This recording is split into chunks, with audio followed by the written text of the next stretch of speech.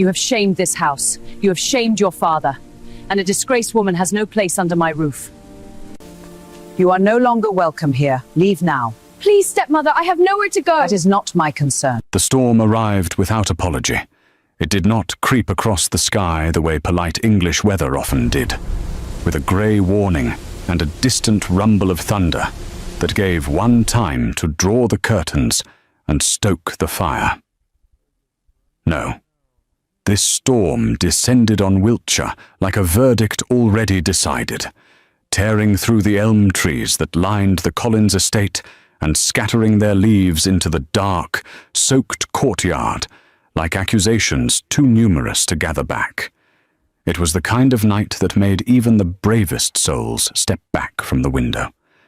And yet Miss Abigail Collins was not inside, standing at a window. She was on her knees, in the mud, in the rain, in the cold. Her gown, a deep blue silk with delicate embroidery along the hem, the finest she owned, the one she had carefully preserved for formal occasions, was soaked through, the fabric clinging to her shaking frame and dragging in the dirt beneath her palms. Her auburn hair, which Lucy had spent the better part of an hour pinning and pressing into elegant curls before supper, now hung in wet, tangled ropes against her pale face. She did not move, not because she was broken, though she felt it, not because she was defeated, though the night suggested it. She did not move because shock had arrived before grief, and it had taken the full weight of her breath with it. Behind her, lit by the warm amber glow of the Collins estate's entrance lanterns, which burned without mercy while she shivered without shelter, stood Margaret Collins, Abigail's stepmother. Margaret was dressed in a deep burgundy evening gown of imported Venetian silk, her pearls resting precisely at her throat, but every strand of her gold-streaked hair curled and pinned as though she were hosting a dinner party rather than casting a young woman into a storm. She stood beneath the dry shelter of the manor's stone archway, with the practiced ease of a woman who had rehearsed this exact moment in the private theatre of her own imagination many times before. Behind her, half hidden in the doorway shadows, stood 2 housemaids, a footman, and old Mr. Graves, the butler, all witnesses, all silent. Margaret had wanted witnesses. That was the point entirely. "You have shamed this house," Margaret declared, her voice carrying the calm, measured authority of someone who had spent 20 years learning exactly how much damage a quiet voice could do. "You have shamed your father, and a disgraced woman has no place under my roof." She did not shout, and she did not need to. The words fell like stone into still water, and the ripples would travel far. The door shut, not slammed. That would have been too passionate, too honest. It closed with a precise, final click, the way the lid of a coffin closes, with a certainty that left no room for argument. The rain swallowed everything. Abigail pressed her fingers into the wet gravel beneath her palms and tried, very deliberately, to breathe. In Victorian England, in the year of our Lord 1884, a young woman's reputation was not simply a matter of pride. It was the architecture of her entire future. Without it, there were no prospects, no marriage, no social standing, no inheritance claim. Without it, she was a ghost, still breathing but already erased from the world that had known her. And Margaret Collins, and with the cool precision of a woman who had studied these mechanisms her entire life, had just used them like a weapon. Abigail was 24 years old. She was intelligent, educated, and had done nothing wrong. None of that mattered tonight. What mattered was what people believed, and Margaret had made very sure they believed the worst. Abigail was still kneeling when she heard it, the distant, rhythmic sound of hooves on the wet stone road beyond the estate gates, coming closer, then stopping. She did not look up. She had no reason to expect mercy from anyone who arrived at this estate on this night. But the gate opened. Boots, polished, firm, deliberate, struck the courtyard stones. They stopped 2 feet from where she knelt. A long pause. Then a hand appeared in her line of vision. Open, extended, unhurried. It was a man's hand, gloved in black leather, steady as a barrister's argument. Abigail looked up.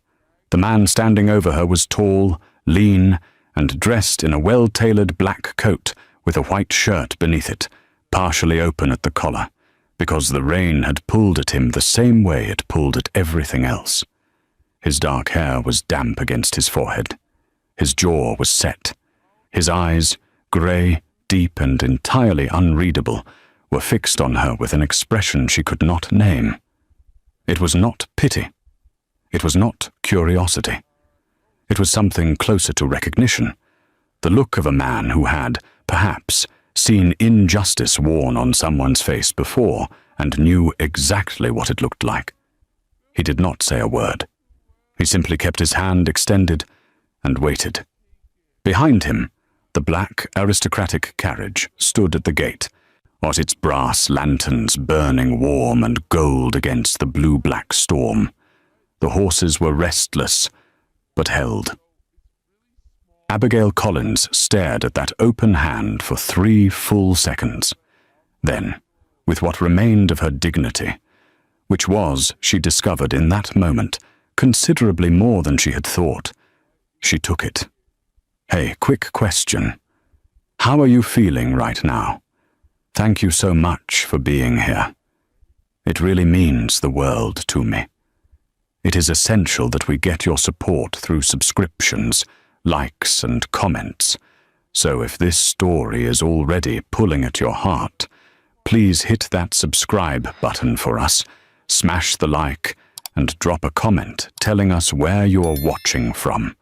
It helps more than you know. All right? Thank you. Now let's get back to the story. The Collins estate, known in county records as Hartwell Park, had once been a house of laughter. Abigail remembered it with the kind of selective, tender clarity that only the loss of something good can produce. She remembered her mother, the first Mrs. Collins, Eleanor, moving through these same halls with an easy grace, her voice full of warmth, her presence in a room like a lamp turned on. She remembered her father, Baron Jack Collins, laughing, actually laughing, the kind that came from somewhere genuine, as he read the evening papers while Eleanor sat beside him, quietly sewing, occasionally commenting on something that made them both smile. That was before Eleanor died. Abigail had been 14, old enough to understand the loss, too young to protect herself from what came after. Baron Jack Collins had remarried within 2 years. It was, his solicitor had advised him, the practical thing to do. A man of his standing required a capable household manager and a mother figure for his young daughter. Mrs. Margaret Harwick, a widow of respectable social position but modest fortune, had presented herself with flawless timing, offering exactly what she appeared to offer: composure, social skill, and a quiet efficiency that Jack Collins, still grieving and disoriented, had mistaken for warmth.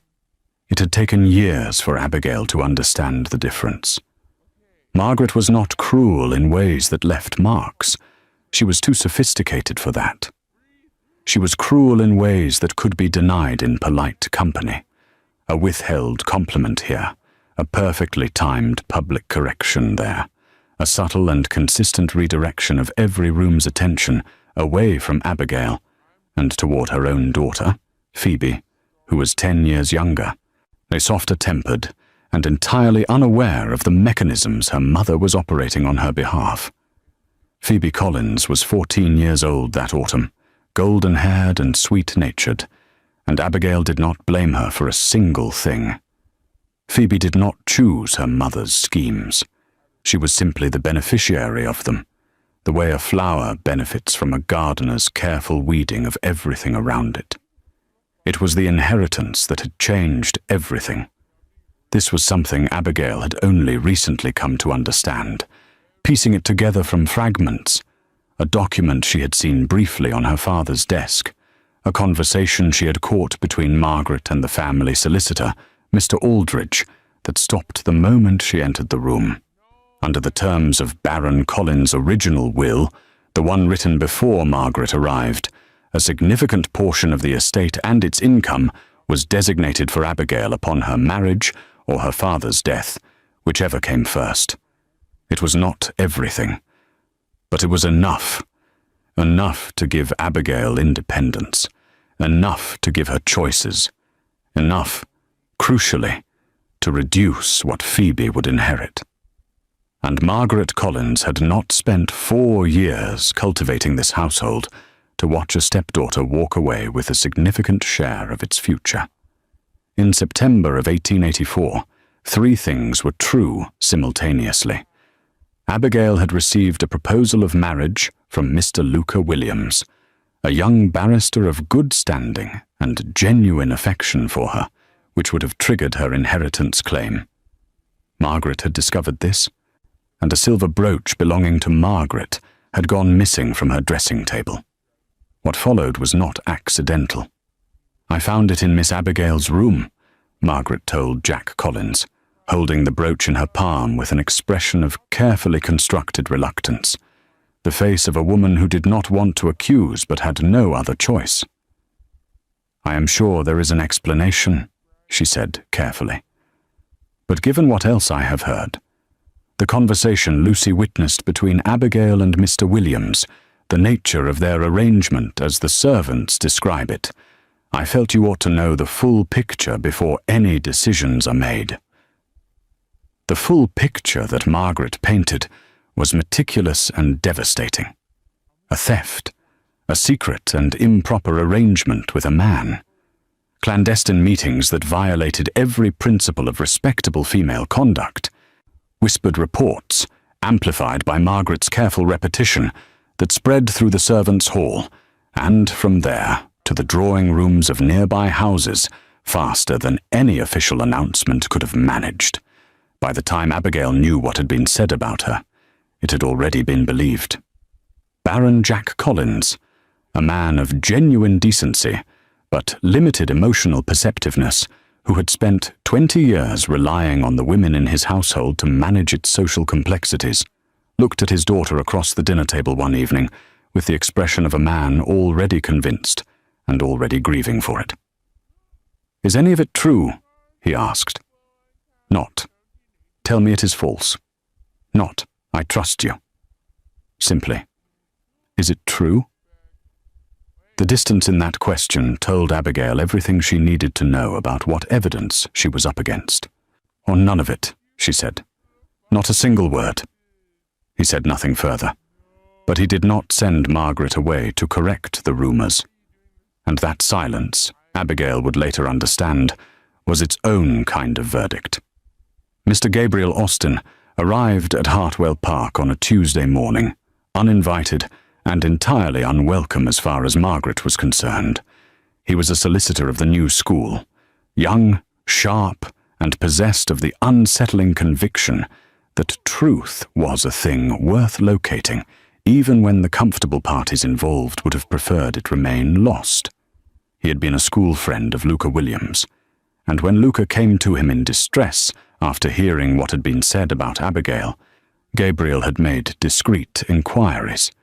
He was shown into the morning room, where Abigail sat with her embroidery frame, doing nothing useful with it. Or Phoebe was in the garden. Margaret was, unfortunately for Gabriel's purposes, present. "Miss Collins," Gabriel said, with a measured respect that drew Margaret's immediate attention.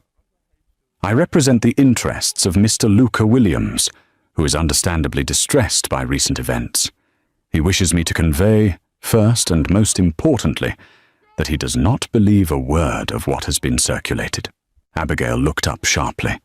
Beside her, she felt rather than saw Margaret stiffen. "How kind," Margaret said smoothly, before Abigail could speak. Though I am not certain this is the appropriate channel for such sentiments. My stepdaughter is not receiving formal communications of a personal nature at this time. I understand, Gabriel said, with equal smoothness. However, I am also here in a secondary capacity, to ask whether Miss Collins is aware that the alleged evidence against her, specifically the brooch, was retrieved from a location that the upstairs housemaid, a Miss Lucy, reports she can verify was not Miss Abigail's room, but was in fact the corridor outside your dressing room, Mrs. Collins. Silence. The kind that precedes either a confession or a war. Margaret chose war. I think, she said, very quietly, or that you should leave.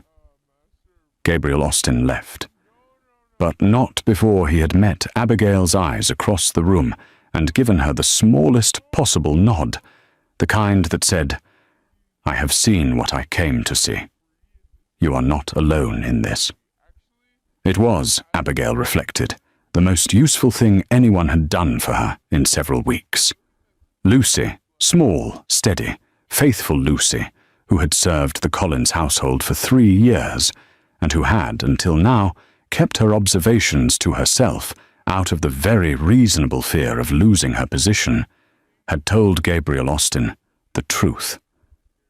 She had seen Margaret herself place the brooch in the alcove off the main corridor.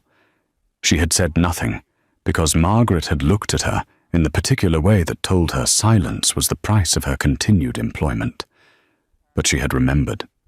And when the right person came asking the right questions, remembering was enough to begin unraveling everything. What Gabriel had not yet known, and what he would spend the next several weeks working to prove, was that the brooch was only the beginning. Margaret had gone further.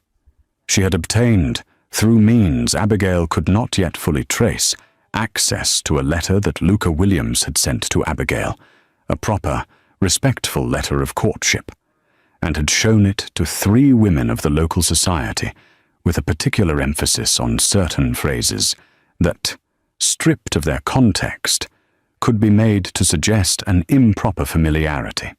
Mrs. Victoria Hayward, wife of the county magistrate, they had received a version of the story so carefully constructed that it included not just the theft accusation, but a whispered implication about the nature of Abigail's relationship with Williams that would have destroyed the reputation of a duchess, let alone a baron's daughter. Victoria Hayward was, as it happened, a woman of sharper conscience than Margaret had calculated for. She said nothing public, but she did not believe it either, and she filed the inconsistencies away with the careful attention of a woman who had been lied to before and had learned to mark the shape of it. None of this, however, reached Abigail in time, because on the Thursday of that same week, Margaret made her move. She chose a dinner party for it. Naturally. The Hargreaves of Dunmore Hall were hosting their autumn gathering. 12 families, or 30-odd guests, the kind of event that functioned in the social architecture of Victorian Wiltshire as both entertainment and public record. What was said or seen at a Hargreaves dinner party was considered, for all practical purposes, fact. Margaret had dressed Abigail carefully that evening. This was itself unusual. She rarely concerned herself with Abigail's appearance, and she had done it with the attentive precision of someone arranging a stage. The deep blue silk gown, the pearl earrings, the careful updo that Lucy had constructed with something close to dread, sensing without knowing the shape of what was coming. "You look very well tonight," Margaret told her at the foot of the stairs, with a smile that Abigail, in retrospect, should have recognized as the smile of a general surveying a battlefield already won. Of the dinner itself was pleasant. That was the cruelty of it. To have the evening begin so well, to have Abigail speak with people who still knew her as herself, to have a glass of claret pressed into her hand and feel, briefly, normal, Then Margaret's timing arrived.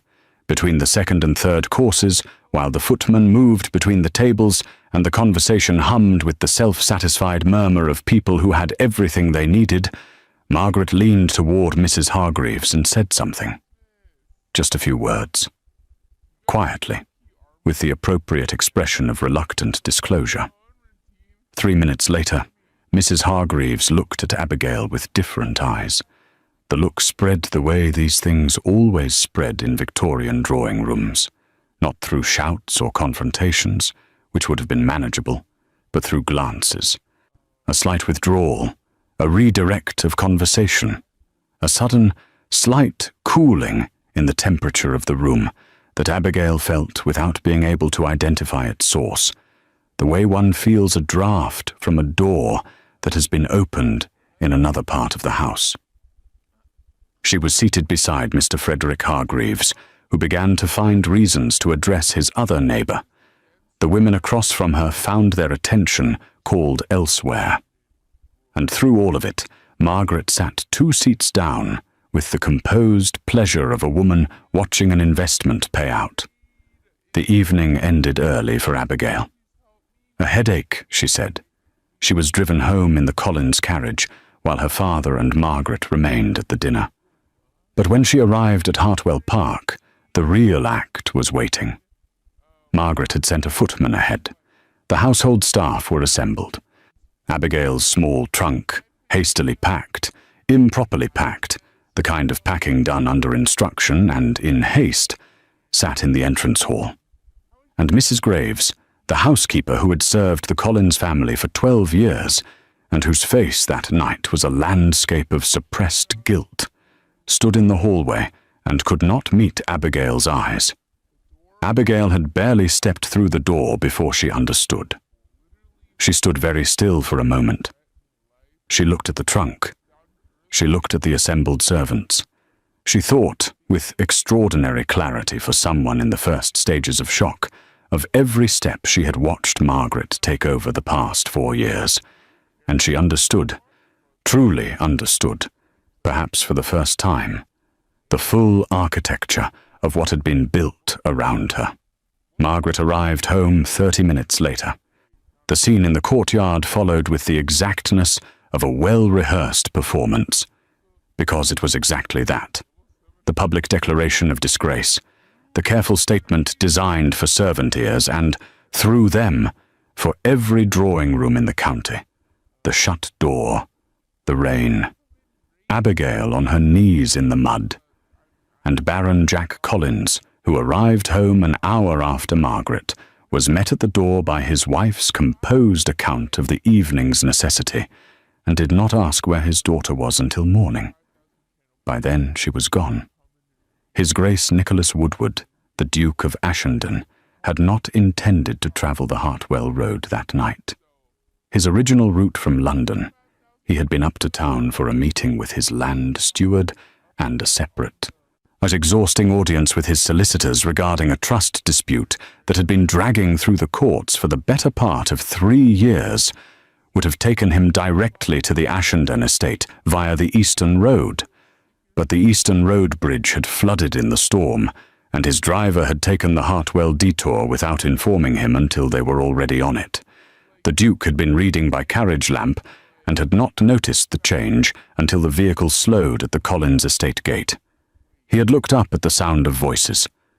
What he saw stopped him in the way that only genuine injustice can stop a person of conscience, not with dramatic outrage, but with a very quiet, very cold clarity. A young woman in a ruined blue gown, kneeling in the mud, while a well-dressed woman delivered pronouncements from a dry doorway, surrounded by witnesses clearly gathered for the purpose of witnessing. Nicholas Woodward had grown up in one of the most socially stratified households in England. He had watched the mechanisms of aristocratic cruelty operate since childhood. He knew what public shaming looked like. He knew the architecture of it, the audience, the careful language, the strategic withdrawal of shelter. And he felt, looking at it from the road through the Collins estate gate, something he could only describe as a very specific kind of fury, He stepped out of the carriage before his footman could open the door properly. The gate was unlatched. Part of the staging, he would realize later. Margaret had wanted the road visible. She had wanted, perhaps, the slight possibility that society might witness her righteousness.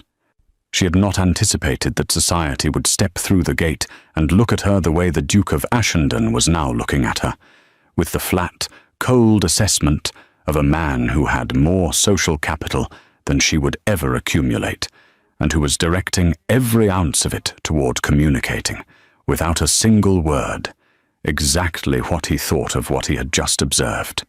Margaret Collins stared at him across the wet courtyard, and felt, for the first time in 4 years of careful scheming, the sensation of a plan encountering something it had not planned for. Nicholas crossed the courtyard and stood over the young woman in the mud. He extended his hand. He waited. She looked up at him. He registered the face, the expression on it, or the particular quality of a person in shock who has not yet been given permission to be otherwise. And then she took his hand. He did not pull her up with the theatrical urgency of a man performing rescue. He simply provided steady resistance, allowed her to find her footing on the slick stones, and when she was standing, kept hold of her hand for exactly 2 more seconds, long enough to be sure she was steady, and then released it. "My carriage is at the gate," he said quietly. "You should not be standing in the rain." Abigail looked at him. Rain ran down her face.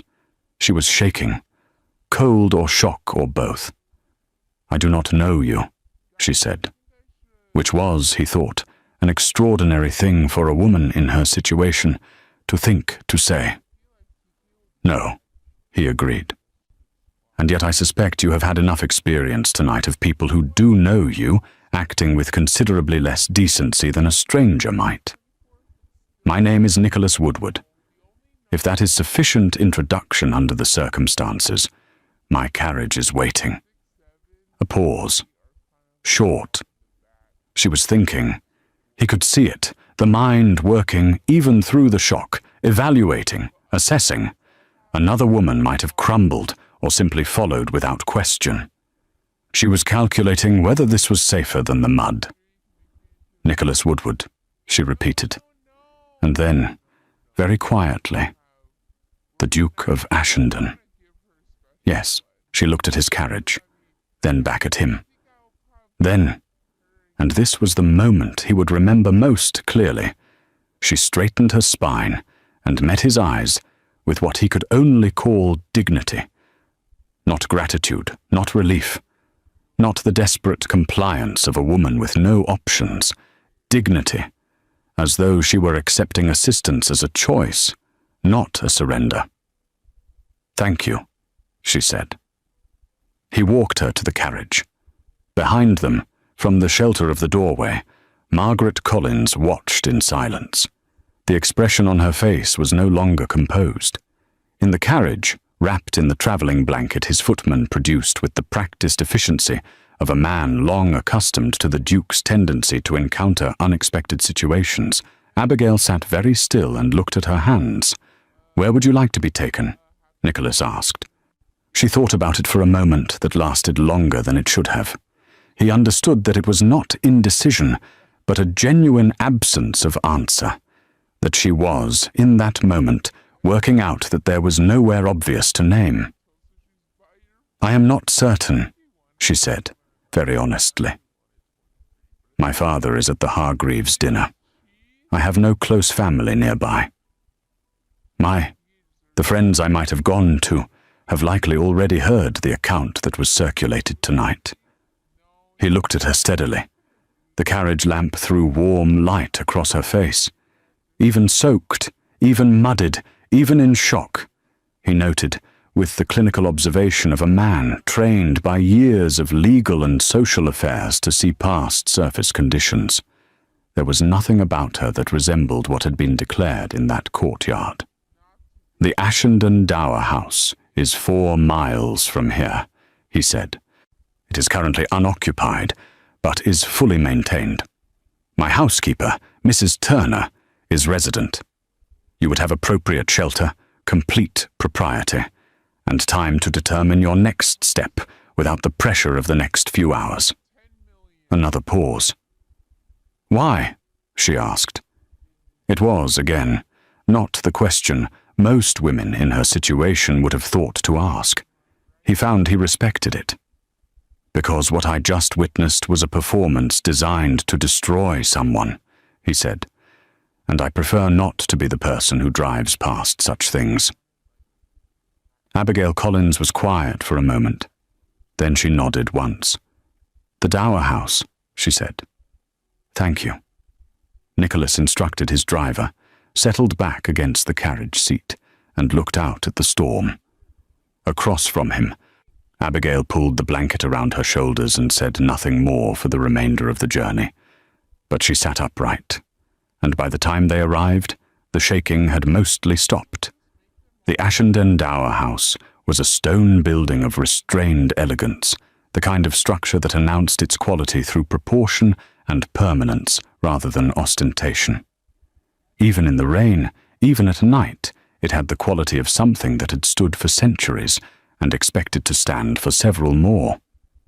Mrs. Turner, round-faced, efficient, and possessed of the unshakable composure particular to housekeepers who have served great houses long enough to know that the gentry's dramas, however spectacular, were manageable, opened the door before the carriage had fully stopped, holding a lamp and a shawl with equal readiness.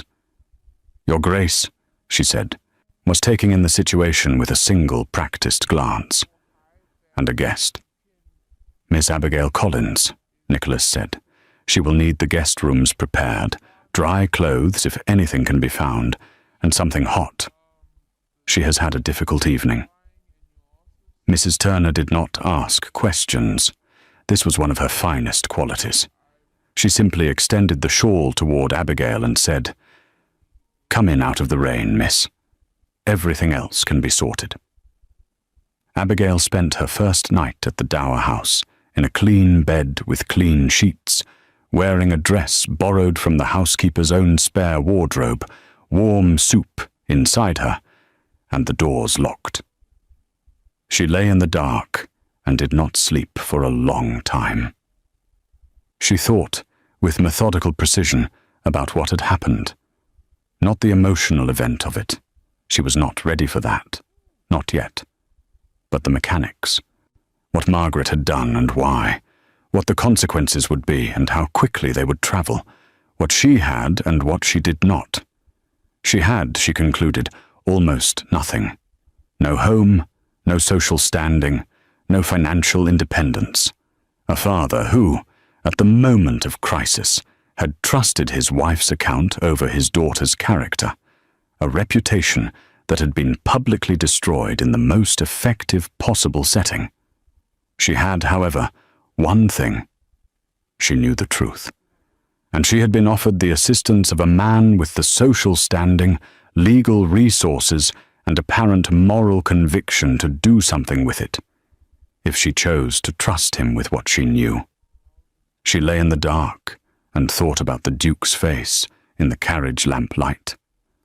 The steadiness of him, the quality of his stillness. She had been raised to be cautious about men who offered assistance too readily. But there had been nothing ready about his assistance, no performance of gallantry, no self-congratulation in the gesture. He had simply done it with the matter-of-fact efficiency of a person who sees a wrong and corrects it, because that is what one does. She decided, before sleep finally found her, to trust him enough to tell him what she knew. In the morning. Nicholas did not return to the Dower House until noon. He had spent the morning in his study at Ashenden House, writing 3 letters, one to Gabriel Austin, whose name and connection to the case he had extracted, with some careful questioning of his footman, who had once worked in the Williams household before he even returned home. One to Victoria Hayward, who was an old acquaintance of his mother's, and who he suspected had already formed her own doubts, and one to his own solicitor, instructing him to begin a discreet review of the Collins estate's financial arrangements. He was not sure yet what he was dealing with, but the courtyard scene had told him enough. This was not an impulsive domestic dispute. It was orchestrated, and orchestrated things had architects, and architects left traces. When he arrived at the Dower House, Abigail was seated in the morning room with a pot of tea and a piece of paper on which she had been writing, in small, methodical handwriting, everything she remembered. Every event, every conversation, every detail she could place in sequence. He looked at the paper, then at her. "You have been doing my work for me," he observed. "I have been doing my work," she corrected, with a precision that told him she was feeling considerably more herself than she had been the previous night. "I suspect our interests may align." They sat across from each other in the morning room of the Dower House, and Abigail Collins told Duke Nicholas Woodward everything she knew, clearly, without dramatics, without self-pity. She laid out the inheritance clause, the brooch, Gabriel Austen's visit, Margaret's behavior at the Hargreaves' dinner, and her own conclusions about the motivation behind it all. Nicholas listened without interrupting. He was a good listener, the kind that made the speaker feel their words were being taken seriously, rather than simply received. When she finished, he was quiet for a moment. "You have a strong instinct for evidence," he said. "Oh, I have a strong motivation to collect it," she replied. He almost smiled. It was not quite a smile, more a slight shift of expression that acknowledged the observation as worth making. "Gabriel Austen is already involved," he told her. "I have written to him. He will come within the week. And Mrs. Hayward—" He watched her react to the name, saw the slight tension in her expression. "Does not believe what she was told. I am fairly certain of that." "Margaret chose her targets carefully," Abigail said. "Victoria Hayward is the wife of the magistrate. If she believes the accusation, the official channels follow naturally." "Yes, but Margaret may have miscalculated Victoria Hayward's capacity for independent thought." He paused. "She frequently miscalculates people who think for themselves. It is a common flaw in those who rely on social manipulation. They believe everyone processes information the same way they do." Abigail looked at him. There was something in the way he spoke about manipulation that suggested personal familiarity, not as a practitioner, but as someone who had, at some point, been the subject of it. She did not ask. Not yet. But she noted it. Gabriel Austen arrived on a Thursday, riding hard from London in a manner that suggested he had received Nicholas's letter and departed within the hour. He was shown into the Dower House study, which had become, over the preceding days, the operational centre of what Nicholas had privately begun to think of as the Collins inquiry, and sat down across from both of them with the alert energy of a man who had found the kind of case he existed to take on. "Is Lucy," he said without preamble, "is prepared to make a formal statement." This landed in the room the way significant things do. Not with a bang, but with a shift in weight, a rebalancing of what was possible. "She will lose her position," Abigail said immediately. "She has already been dismissed," Gabriel said. "Mrs. Collins dismissed her 3 days after my visit to Hartwell Park. I believe the dismissal was a warning and an attempt to make her unavailable. Instead, it has freed her from the constraint of employment loyalty." Lucy had seen more than the brooch. This was what Gabriel now explained, speaking quickly and precisely, pulling papers from his leather case as he went. Lucy had been in service at Hartwell Park for 3 years. In that time, she had seen and heard things that she had processed, as servants were trained to process the affairs of their employers, as information that was not her business. But she had retained it with the perfect, involuntary accuracy of someone who was paying close attention even when she told herself she was not. She had heard Margaret in private conversation with Mr. Aldridge, the family solicitor, on 2 separate occasions. She had understood some of what was said, enough to know it concerned Miss Abigail's inheritance and involved documents. She had once seen, through a door left slightly ajar, Margaret examining papers that she subsequently locked in the small secretary desk in her morning room, a desk Abigail had no access to. She had witnessed, on a Tuesday night 3 weeks before the dinner party, Margaret placing something in the alcove off the main corridor. The item she placed there was small and caught the lamplight in the way metal does. A silver brooch. "There is more," Gabriel said, leaning forward. Aldridge, the solicitor, retired unexpectedly last month. Suddenly, he has removed himself to his sister's house in Bath. I have sent a letter but not yet received a reply.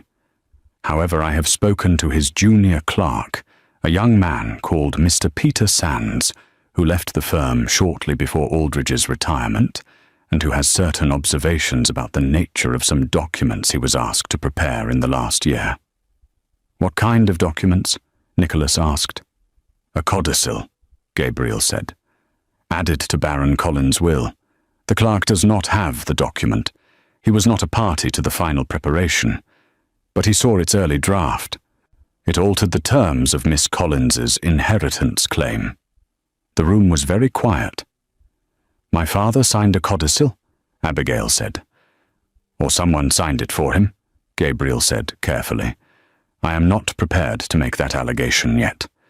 But the clerk's observation was that the Baron was not present for the meeting in which the initial draft was discussed." Abigail sat with this for a moment. Inheritance law in Victorian England was not simple. Under the Married Women's Property Act of 1882, recently passed, still contested in many households, women had greater rights to property than they had previously held. But a will's terms were binding, and a codicil, if properly executed, could modify those terms entirely. If Margaret had managed to introduce a codicil that altered or voided Abigail's claim, what the financial motive for the social destruction was even clearer. She had already moved to strip Abigail of the legal claim, and the reputational destruction was insurance, ensuring that even if the codicil were challenged, Abigail's character was too damaged to make a compelling case in court. It was, Abigail reflected, quite sophisticated, and it had nearly worked. "We need the codicil document itself," Nicholas said. "We need Aldridge," Gabriel agreed. "And we need my father," Abigail said, with the quieter weight of a person naming the hardest part. The following 2 weeks were the most peculiar of Abigail's life. They were peculiar because they were, against all probability, also the most purposeful she had felt in years. She was housed comfortably, if unconventionally, in the dower house with Mrs. and Turner as a model of propriety, and the investigation as occupation. Nicholas came daily, sometimes twice, and they worked with Gabriel Austen's correspondence, with Luca Williams' testimony. He had come in person once, greatly distressed, and had spoken to both of them with the earnestness of a man who had genuinely cared for Abigail, and was now channeling that care into something practical, and with a growing collection of documents, letters, and witness accounts.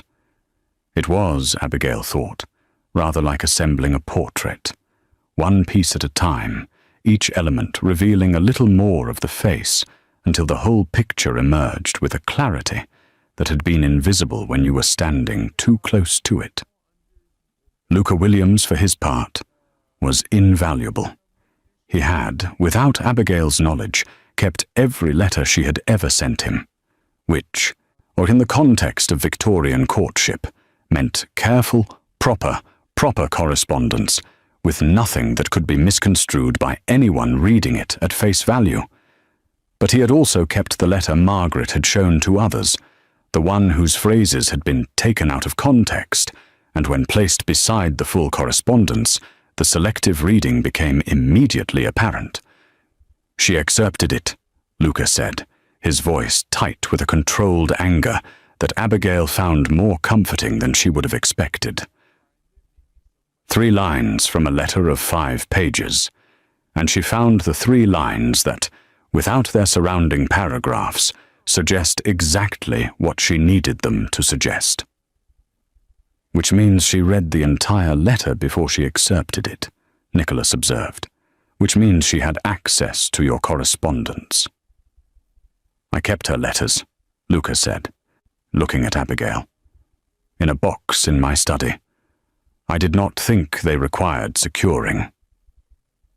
Abigail thought of all the ways Margaret might have accessed a box in a young man's study, through a servant of his who could be paid, through a social call and a moment of distraction, through the solicitor's office, if Aldridge had been party to this from the beginning.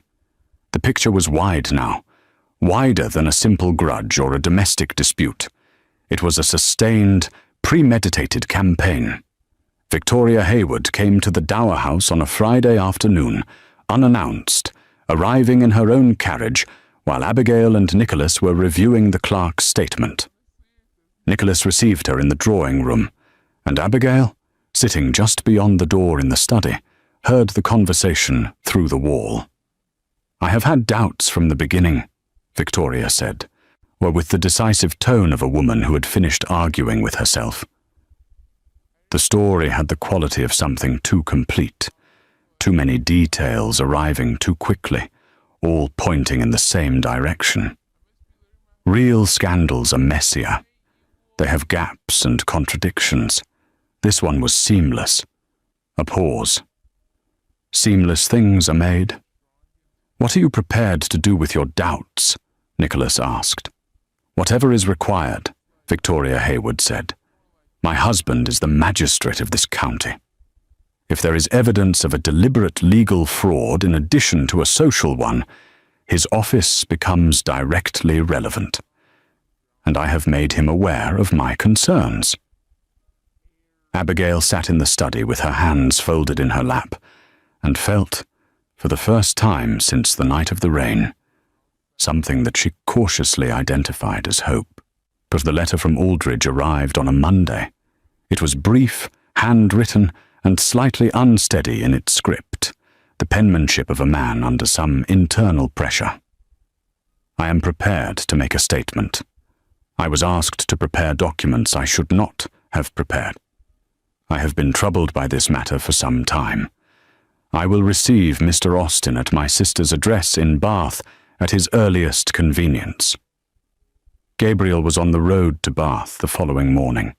Meanwhile, Nicholas had been managing the social dimensions of the situation with the quiet effectiveness of a man who understood that, in Victorian England, the war for truth was fought on 2 fronts simultaneously, the legal and the social, and that winning only one was insufficient.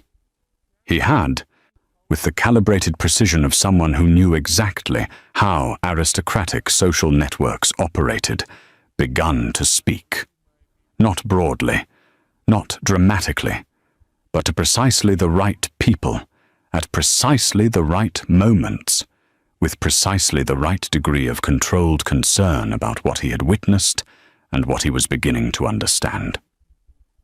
The narrative began to shift. Within the drawing rooms of Wiltshire society, stories had a particular kind of half-life. A scandal, once launched, moved fast and burned hot. But it also, if the right conditions were not maintained, began to cool. It needed continuous feeding, fresh details, continued social ostracism, the visible confirmation of the accused's guilt through their own distress or disappearance. What it could not survive was counter-narrative, delivered with authority by someone whose opinion the room respected. Duke Nicholas Woodward had, over the course of 2 weeks, had conversations at his club, at 2 separate dinners, and during a hunt breakfast at Lord Hartfield's estate. These conversations were not confrontational. They were, rather, a series of carefully placed questions. "Curious thing about the Collins affair," he had remarked at the club, to no one in particular. "The timeline doesn't quite hold together, does it?" And later, at dinner. "Margaret Collins is a woman of considerable social skill. It is interesting, don't you find, when socially skilled people construct accusations that are, on examination, slightly too coherent?" He did not say Abigail was innocent. He did not need to. He simply introduced doubt, as in doubt, in a room that had been given certainty without evidence, was extraordinarily potent. Mrs. Victoria Hayward did her part as well. She had a conversation with Mrs. Hargreaves, who had hosted the dinner, and who had, she admitted, felt uneasy about the whole business, even as she had participated in the social withdrawal, that left Mrs. Hargreaves with a great deal to reconsider. Luca Williams, who had not been to any social function since the scandal broke, now appeared at one, composed, accompanied by Gabriel Austin, and publicly visible as a man who had not distanced himself from the accused. In the language of Victorian social signalling, this was a statement. Margaret Collins, who had spent the past 3 weeks waiting for the social execution she had staged to complete itself, began to notice that it was not completing, that conversations at her morning calls were slightly shorter than usual, that invitations were not arriving with their customary frequency, that her daughter Phoebe was coming home from her afternoon visits with an expression of confused distress. She had expected Abigail to disappear. Instead, Abigail was still present in the county, invisibly from the dower house, and something was gathering. Margaret felt it the way animals are said to feel earthquakes, before the shaking, in the particular quality of the silence. She did not know about Gabriel Austin in Bath. She did not know about the clerk's statement, or Lucy's formal account, or the magistrate's wife's changed position. She did not know, crucially, that Aldridge had not, as she had assumed, retreated into guilt-laden silence, but had instead been in correspondence with a solicitor of the opposing party. She had made the assumption that the people she had been careful to terrify into compliance were still terrified. She had miscalculated the degree to which terror, when given a viable alternative, transforms into testimony. It was during this period, the investigative middle weeks, that something else began, slowly, to happen. Abigail and Nicholas spent a great deal of time together. This was, in the first instance, practical. He had the resources and connections the investigation required, and she had the knowledge and clarity of thought to direct them. But the hours they spent in the dower house study, reading documents and composing letters and arguing occasionally about the best approach to a particular problem, these hours accumulated, while she learned that he was exacting and impatient in equal measure, that he expected precision and was genuinely delighted when he encountered it, that he had a particular way of reading, leaning forward slightly, very still, and that when something in a document confirmed what he had suspected, there was a brief flash of satisfaction in his expression before he controlled it back into neutrality.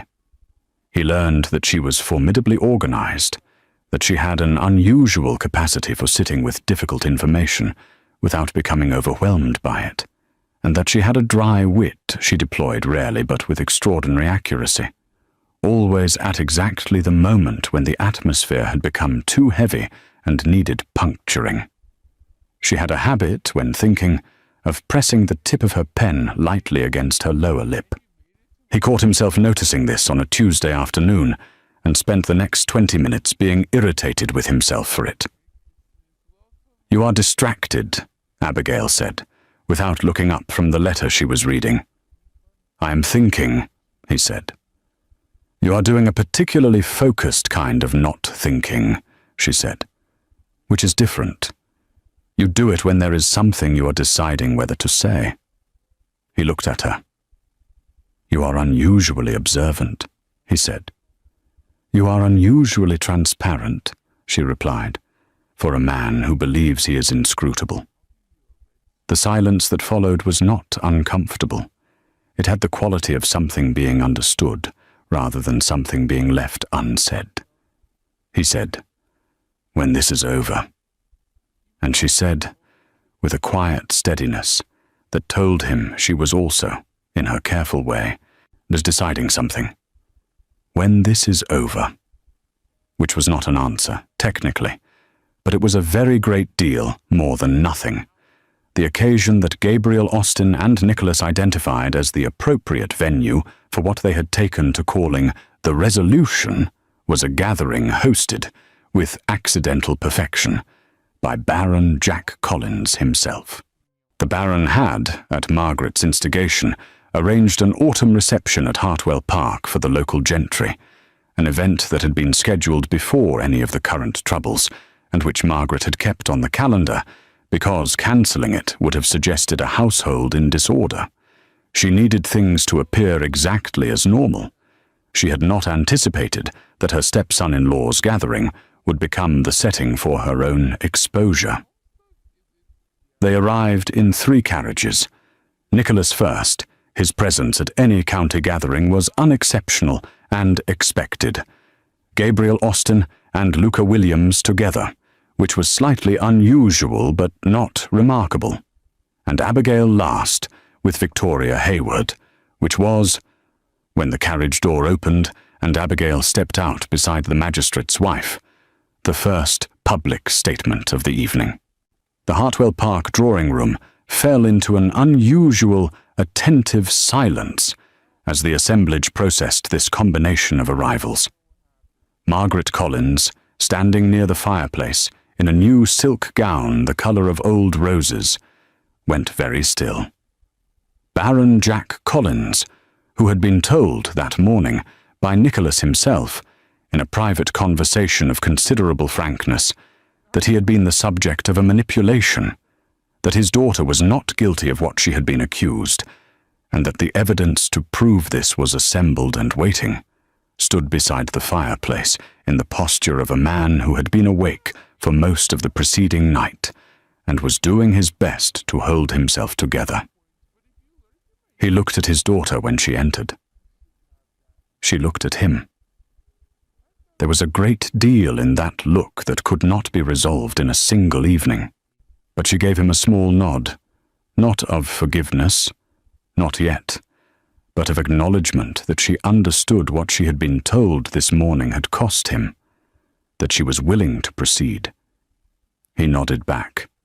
His jaw was very tight. Nicholas moved through the room with the measured patience of a man who knows the exact moment to act and is prepared to wait for it. He greeted guests. He accepted wine. He spoke pleasantly about the weather. It was Gabriel who opened the formal proceedings in the way that Gabriel Austin always opened formal proceedings, not with drama, but with precision, in the manner of a man placing evidence before a court. He approached Margaret Collins with a small bow and a leather folder in his hand. "Mrs. Collins, I believe you are acquainted with Mr. Aldridge, formerly of Aldridge and Partners, or to solicitors." A careful pause. Something shifted behind Margaret's eyes. "I am his client," she said. "You were," Gabriel said. "Mr. Aldridge has provided a sworn statement regarding the preparation of a codicil to Baron Collins's will. A codicil which, he attests, was presented to him with a falsified instruction claiming to come from the Baron, but which the Baron himself was not present to sign, and whose signature Mr. Aldridge now believes wasn't executed with the Baron's full understanding of its terms." The room had gone from attentive silence to the kind of absolute stillness that happens when a gathering of social animals collectively understands that something real is occurring. Margaret's voice, when it came, was very controlled, but the control was the kind that requires effort, and the effort showed. "I don't know what you think you are implying." "I am not implying," Gabriel said. "I have a sworn statement. I have a second statement from Mr. Peter Sands, formerly clerk of the same firm, regarding the preparation of documents he was instructed to alter. And I have, in this folder, copies of the relevant correspondence, including letters sent to 3 members of this county's social community, containing, I would submit, knowingly false information about the character of Miss Abigail Collins. The sound of the fire, the sound of people breathing. And then Lucy spoke. Lucy, who was standing near the door. She had been brought at Victoria Hayward's specific invitation, as Mrs. Hayward's guest, which gave her a social legitimacy within the room that could not be casually dismissed, said clearly and without trembling. I saw Mrs. O'Collins place the brooch in the corridor alcove. The same evening it was later found and presented as evidence of Miss Abigail's theft. I saw this with my own eyes. 3 seconds of silence, and then Abigail spoke. She had not planned a speech. She was not, by temperament, a person who prepared speeches. But she had spent the past several weeks thinking, with considerable clarity, about what mattered and what she wanted, said before this assembly of people who had formed their opinion of her based on information they had been given without her voice in the room. She stepped forward slightly. I would like to say one thing, she said. Her voice was even, clear. The voice of a woman who had knelt in the mud 3 weeks ago and was, demonstrably, still standing. I did not steal from this household. I did not conduct myself improperly. I did not do anything I was accused of. I was accused because I was in someone's way, specifically because I had a legal claim that someone wished to extinguish and a future that someone wished to prevent. That is the simple truth of what occurred here. I do not say this to humiliate anyone. I say it because the truth was not allowed into this room the first time, and it belongs here. She stopped. The room looked at Margaret Collins. Margaret Collins looked at the room, and for the first time in 4 years of managing this household through the mechanisms of social authority and carefully cultivated appearances, she found that none of those mechanisms were available to her. The room was not afraid of her. The room had the evidence against her, and the room contained both the Duke of Ashenden and the magistrate's wife, which meant the legal consequences of the next few hours were entirely beyond her control. She sat down, not strategically, not gracefully. She sat down on the nearest chair because her legs had made a decision before her composure could override it. Baron Jack Collins crossed the room to his daughter. He said her name. Just that, Abigail, in a voice that contained everything he had failed to say in the past 3 weeks, and possibly in the past 10 years, and she looked at him and understood, with the particular clarity of a person who has been through something genuinely terrible and come out the other side of it, that his failure was not the same as his absence of love. It was not a simple forgiveness. It would take longer than an evening. But she put her hand on his arm and kept it there. The formal proceedings that followed the Hartwell Park confrontation were less dramatic than the confrontation itself. Legal things rarely had the same urgency of feeling as the human events they documented, but they were, Abigail found, deeply satisfying in their own precise way. Margaret Collins did not contest the evidence. There was, ultimately, nothing to contest. Gabriel Austin had assembled a file of documentation that would have been formidable in any court in England, and Margaret was too intelligent a woman to spend social and legal capital on a case she could not win.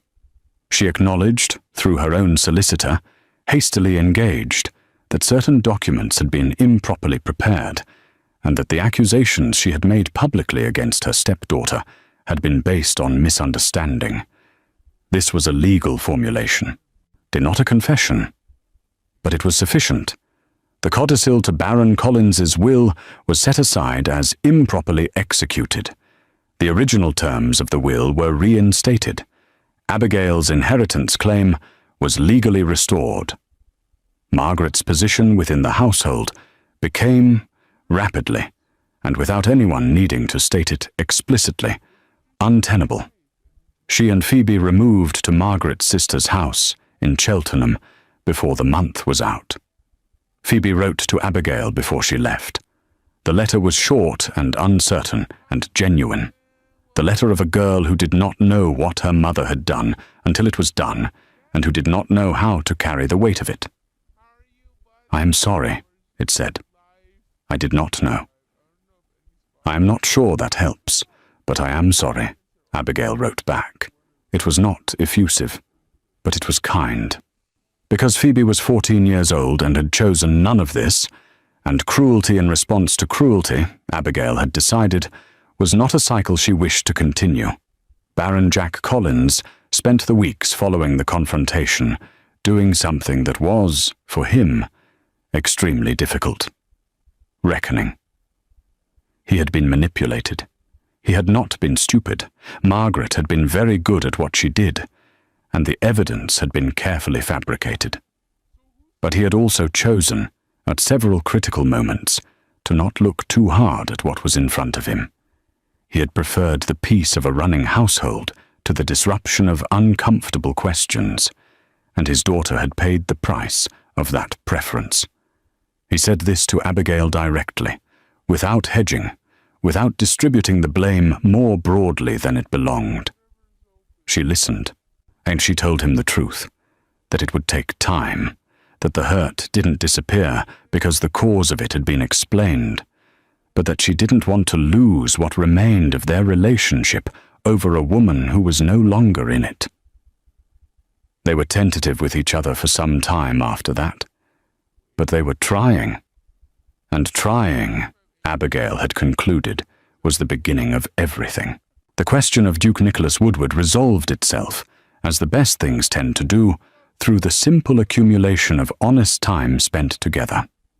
After the legal proceedings were concluded, and there was no longer an investigation to provide the daily architecture of their meetings, there was a brief and peculiar period, perhaps 10 days, in which neither of them was quite sure what form their association should take. He called at Hartwell Park on a Thursday afternoon, correctly and formally, and was received in the morning room by Abigail and her father. He and the Baron discussed various matters. He was civil and appropriate, and absolutely maddening, Abigail thought, in the way he was being civil and appropriate. She walked him to his carriage when he left.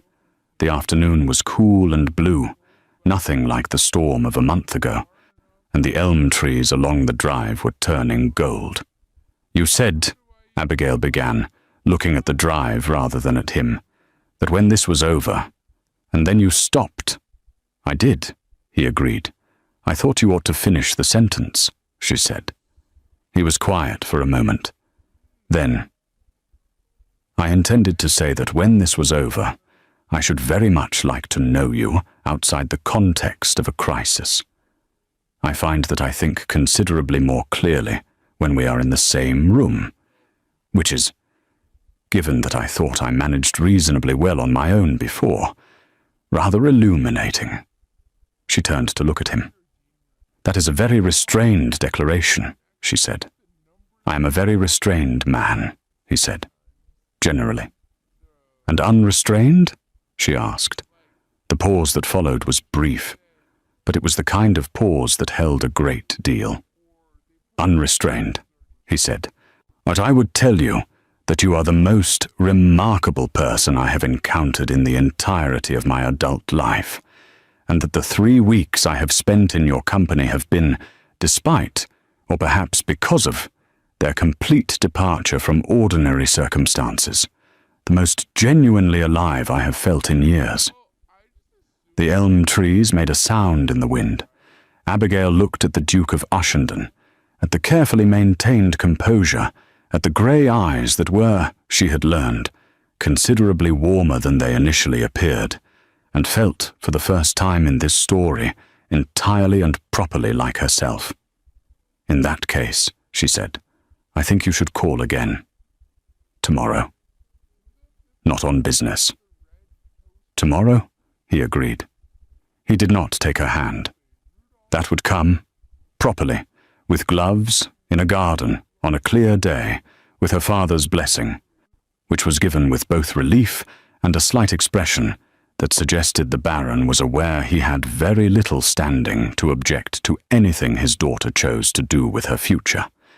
The formal courtship that followed was proper in every public particular.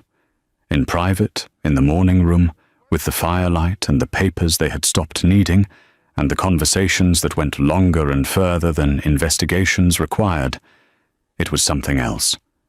Something that could not be staged or scripted or destroyed by anyone's careful, calculated plan.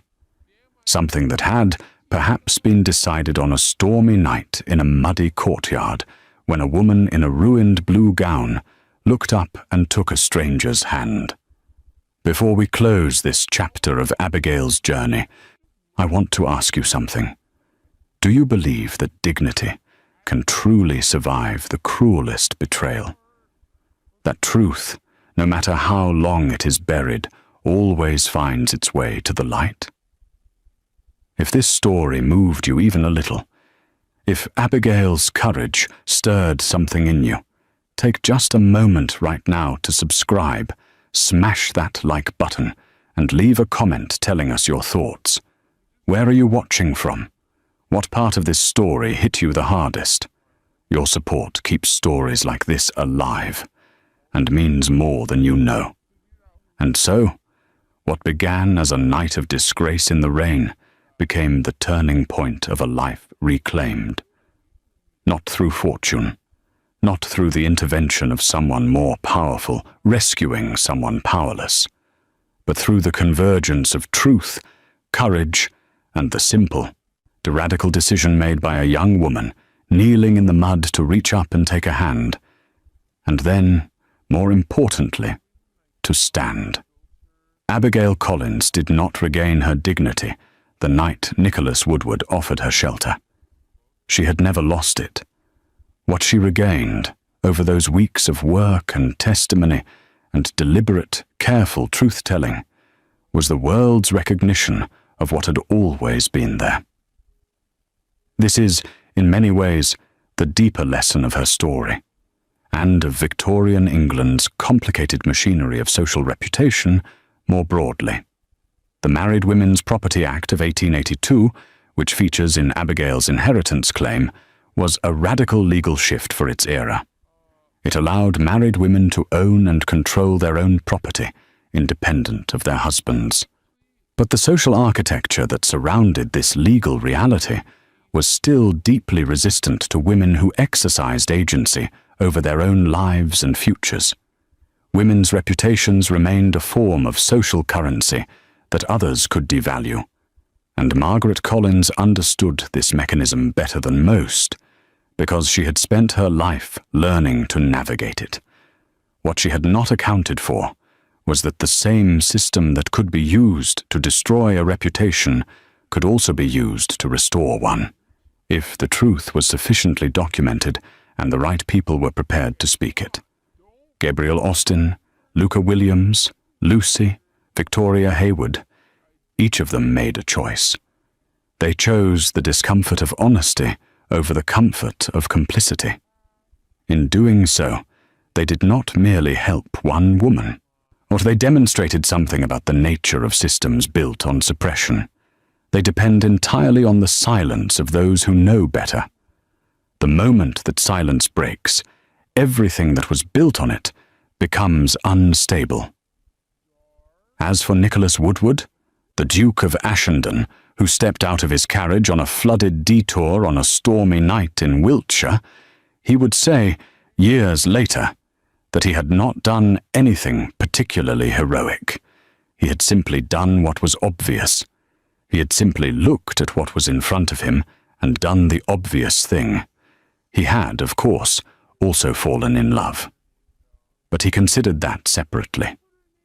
Truth, though delayed, carries a weight no deception can withstand. And sometimes the carriage that stops in the storm does not merely offer shelter. It changes destiny. Thank you for staying with Abigail's story from the first rain-soaked moment to this. These narratives of courage, injustice, and the relentless possibility of truth are worth telling precisely because they are not so far from the realities that ordinary people in every era have faced. The settings change, the social machinery evolves, but the fundamental experience of being silenced, of having your truth taken from you, and of finding the strength and the allies to reclaim it, that is timeless. We will see you in the next story.